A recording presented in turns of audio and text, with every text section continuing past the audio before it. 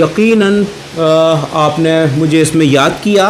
मैं बड़ा ममनून हूँ आपका कि स्टेक होल्डर्स को साथ लेके चलने का इदारों का जो ये लिया है इन्होंने इनिशिएटिव, तो बड़ा बेहतरीन है।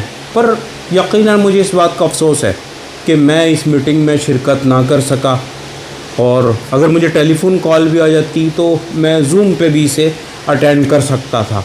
और यकीनन जब स्टेक होल्डर्स को साथ लिए बग़ैर प्लानिंग एंड डेवलपमेंट कमीशन जो है मिनिस्ट्री का वो फ़ैसले करेगा तो वो फ़ैसले बेहतर ना होंगे। तो अपील करता हूँ मीटिंग दोबारा बुलाई जाए और स्टेक होल्डर्स को ईमेल की जाए, उन्हें फ़ोन पे इन्फॉर्म किया जाए, ना कि आप ये जब ये ख़त भेजते हैं वो मीटिंग के बाद हम तक पहुंचता। तो ये ख़राबी है बहुत बड़ी जनाब।